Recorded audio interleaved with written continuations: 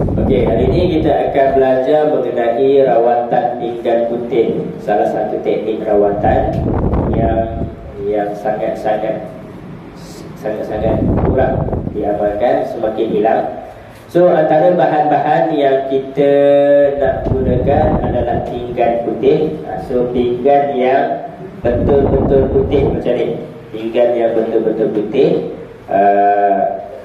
Ni dia dalam lebih jadi macam talam tu, itu lebih sesuai. Saya tengok yang Basyar tu dia lebar, sebab lebih mudah untuk kita menulis. Dan kalau dia ada berlekuk macam ni, kita nak tulis makin susah dan tak banyaklah tulisan yang kita boleh tulis. Kalau yang dapat betul-betul besar, dia boleh tulis banyak. Dan tulisan ni juga bergantung kepada kemahiran masing-masing. Orang yang memang ustaz-ustaz, biasanya dia boleh tulis halus-halus sempurna dengan pasal. Kalau orang yang kurang pandai ni, huruf dia tu besar-besar sikit, itu sahaja. So antara bahan yang kita boleh gunakan pinggan putih, telur ayam kampung ataupun telur ayam bandar boleh yang telah direbus. Okey, yang telah direbus, ataupun menggunakan kain putih juga boleh. Okey, itu bahan yang pertama. Bahan yang kedua, za'faran tu sendiri. Za'faran tu sendiri, bunga za'faran, filamen bunga za'faran ni. Za'faran ni antara herba yang termahal di dunia, sebab dia sebenarnya adalah daripada filamen bunga. Dia bukan daripada akar tu, dia ambil daripada filamen bunga. So ini banyak dijual di Shopee, boleh beli sahaja. Okay. Filamen za'faran. Air zam-zam kalau ada, okay, air zam-zam untuk kita bancuh dia punya dakwah dia, ataupun air mineral biasa. Dan juga satu lidi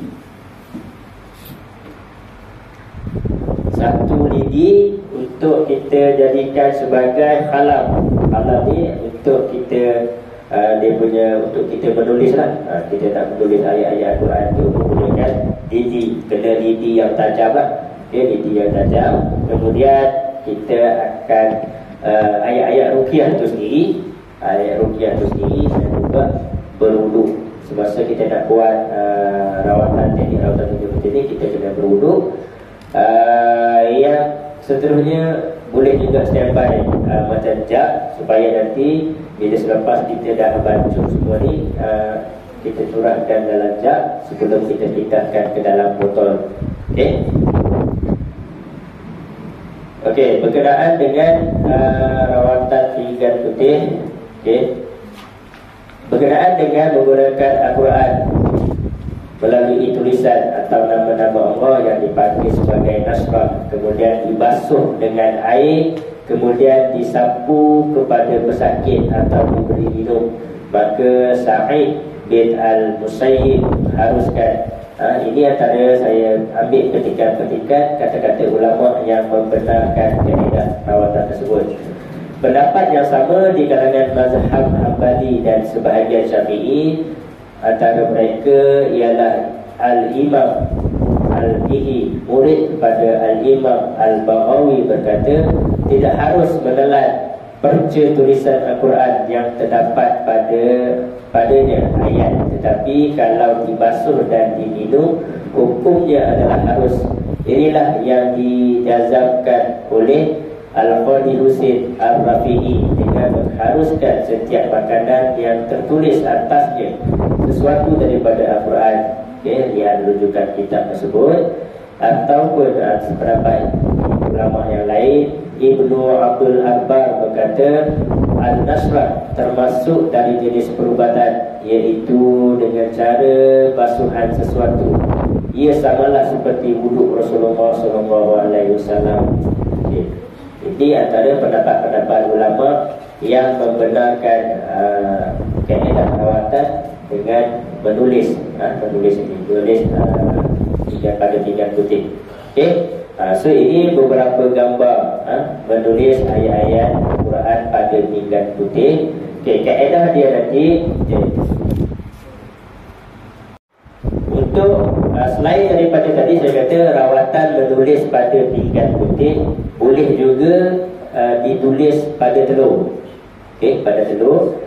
Untuk telur boleh tulis pada kulit telur yang belum dikupas, boleh. Juga tulis pada telur yang telah dikupas juga boleh. Sebab tak tahu lah, guru saya dia mengajar macam tu. Dia tulis pada kulit, kemudian kita buangkan kulit nanti, baru kita makan telur tu. Ataupun tulis terus pada telur yang putih ni, kemudian nanti kita akan makan lah.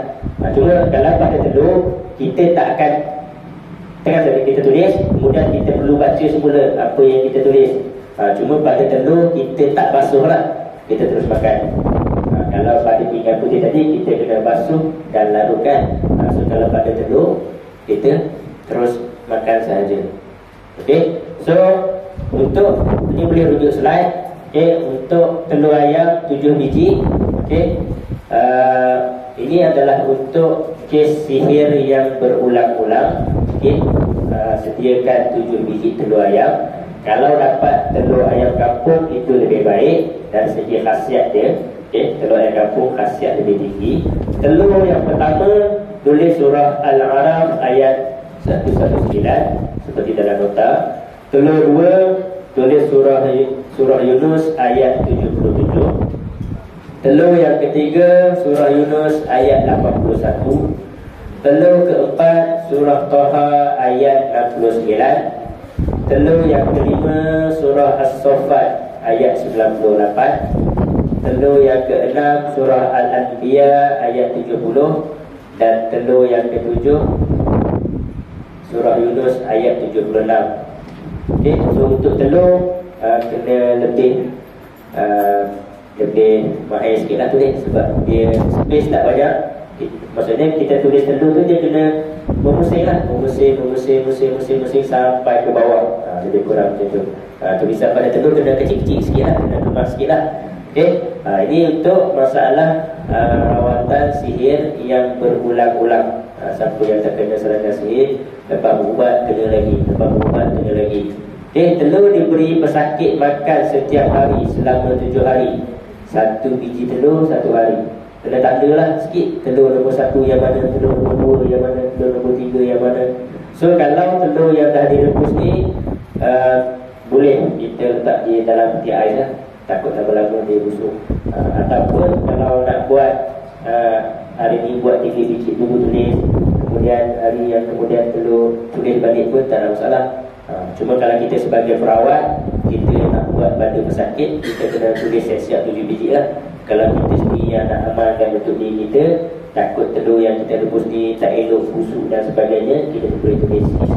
Okay.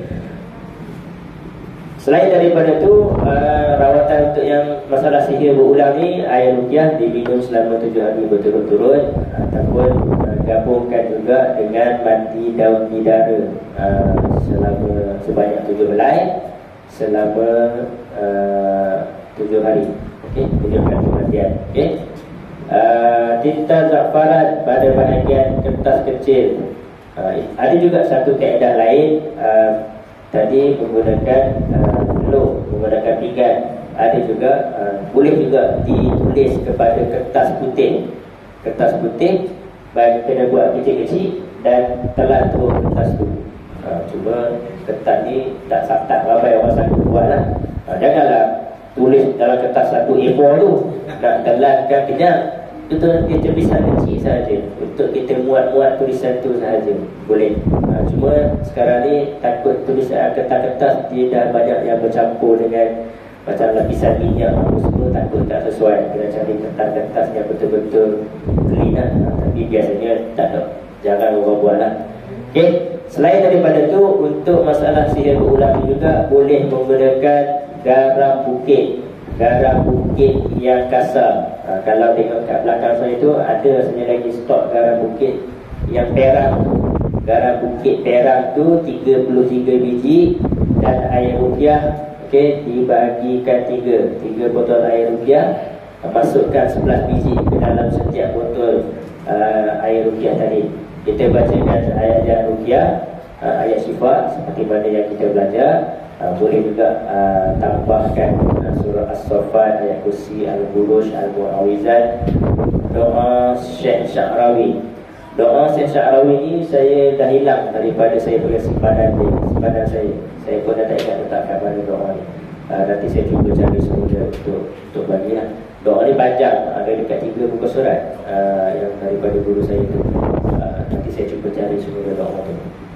Okey, kita akan start untuk saya akan tunjukkan contoh saja. Nanti akan start bancuh ni lah.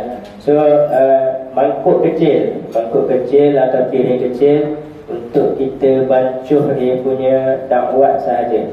Okey, bukan yang besar-besar sangat. Kalau besar pun kita kena kontrol.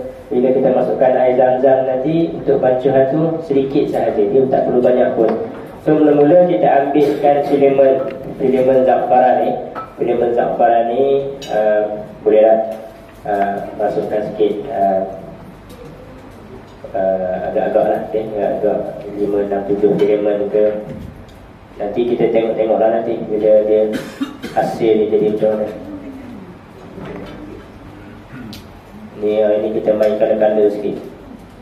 Okey, ambil dia agak-agak dalam 7 filamen, 10 filamen. Kemudian tadi abang tu dia dah bagi kita air zam-zam. So gunakan air zam-zam ni lebih baik untuk bancuh dia punya tinta dia. Okey, untuk bancuh tinta dia mula-mula ni kita tak pakai banyak pun air, sikit saja air. Macam 2-3 ml itu pun dah cukup. Okey, kita masukkan air ni dalam bekas yang kita nak bancuh dakwat tu, 2-3 ml saja cukup. Okey, tengok saya dulu kan. Bancuhkan dalam 2-3 ml saja. Kemudian boleh guna ujung lidi ni untuk kita cucuk-cucuk, kacau-kacau dia, bagi dia color tadi turun kepada dakwat tadi. Kalau bekas yang abang bagi saya ni, dia siap ada tempat untuk tumbuk-tumbuk lagi, boleh pakai lah. Okay, gobek-gobek dia sikit. Air ni memang jangan banyak. Kalau air banyak nanti dakwat tu jadi cair. Bila dakwat dia jadi cair, kena banyak guna filamen lah, baru boleh bancuh dakwat tu. So untuk dakwat ni pun dia tak ada masalah pun, boleh nak kongsi. Maksudnya kalau 2 orang, 2-3 orang guna satu bekas saja pun boleh, tak ada masalah. Kalau yang hak saya dah bancuh ni pun nak dijadikan sampai dia punya tulisan dia pun boleh.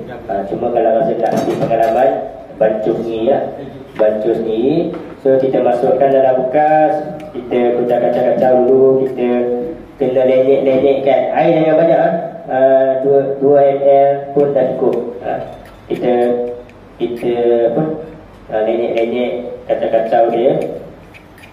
Kita kacau bagi nanti color dia akan turun, color kuning tu. Dia akan turun color kuning tu bagi jadi pekat. Bagi jadi pekat, baru kita akan start tulis di pinggan. Okey, dia jangan banyak sangat. Air tu jangan banyak sangat. Bunga tu banyak tak apa. Kadang-kadang ada juga bunga yang dia tak turun sangat dakwat dia. Yang nak ambil air zam-zam boleh ambil. Nak guna air mineral biasa juga boleh. Kadar dia tu mudah je. Bila kita dah bancuh-bancuh ni, bila kita dah bancuh, bila kita ambil lidi, celup pada tinta tadi, bila kita tulis pada pinggan, kita nampak tulisan dia.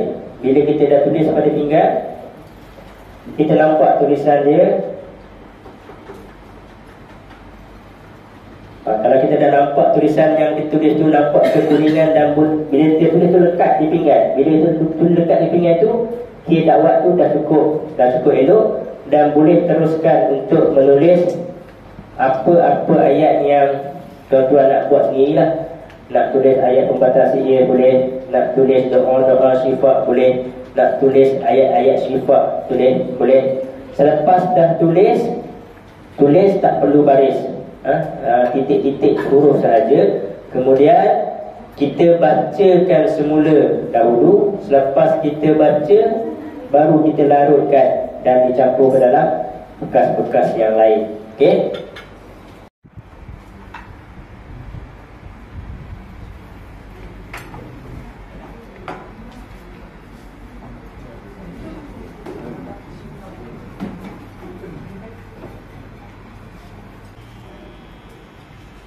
jaga tangan ni kan, terpadam balik apa yang dah tulis.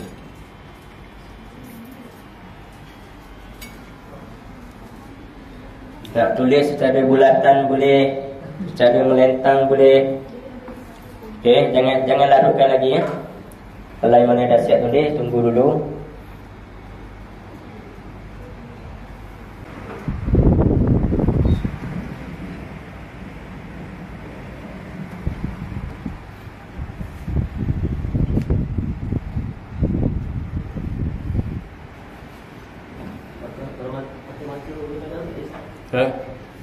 Maka nanti kita nak larutkan, nak telan lawat tu.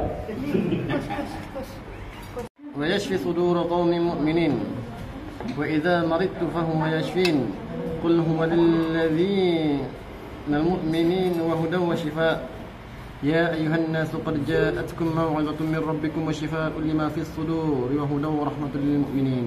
Okey, alhamdulillah. Kemudian masukkan air, larutkan, masukkan ke dalam bekas, kemudian boleh masuk ke dalam botol. Lepas tu kita larutkan, gosok-gosok dengan tangan ke semua dakwah tu.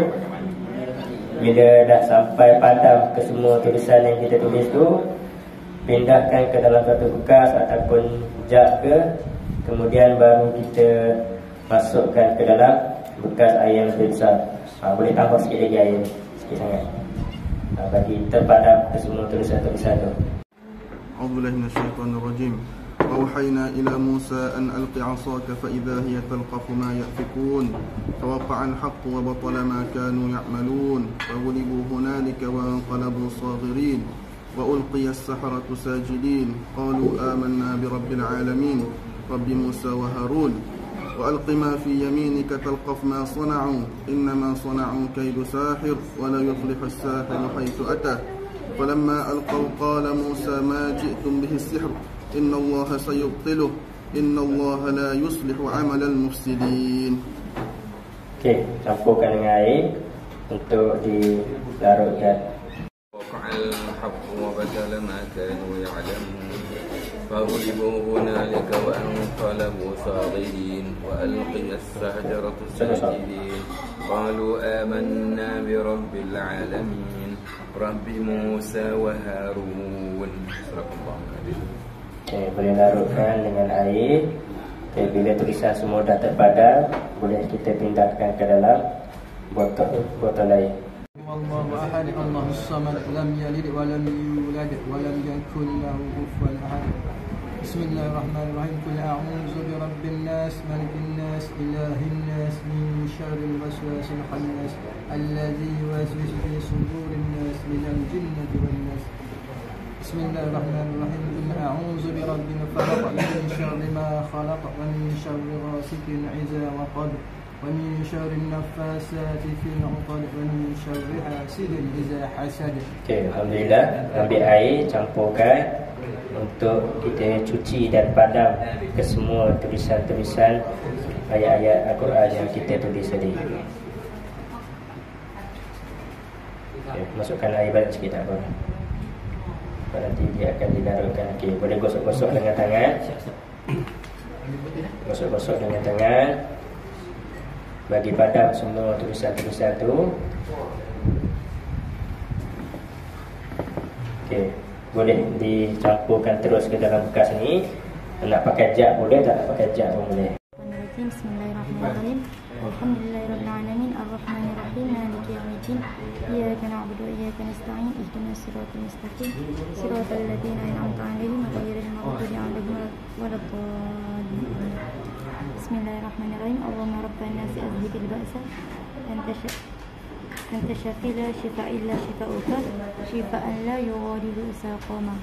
Allahu la ilaha illa huwal hayyul qayyum la ta'khudhuhu sinatun wa la nawm lahu ma fis samawati wa ma fil ard man dhal ladzi yashfa'u 'indahu illa bi idhnihi ya'lamu ma bayna aydihim wa ma khalfahum wa la yuhituna bi shay'in min 'ilmihi illa bima sha'a wasi'a kursiyyuhu samawati wal ard wa la ya'uduhu hifdhuhuma wa huwal 'aliyyul 'azim. Okey, alhamdulillah. Boleh campurkan air, larutkan. Banyak sikit bubuh air tak apa, larutkan dulu.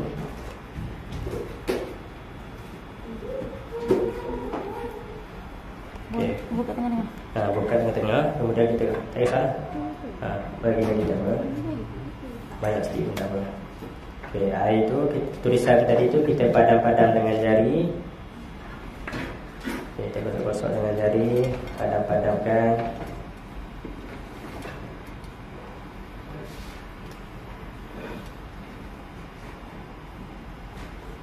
Boleh mengajarkan budak-budak pasti ni. Teknik ni. Tu dia, dakwat tu ustazah kena bancuh dah siap-siap kat budak-budak. Budak-budak bancuh tak jadi dakwat nanti.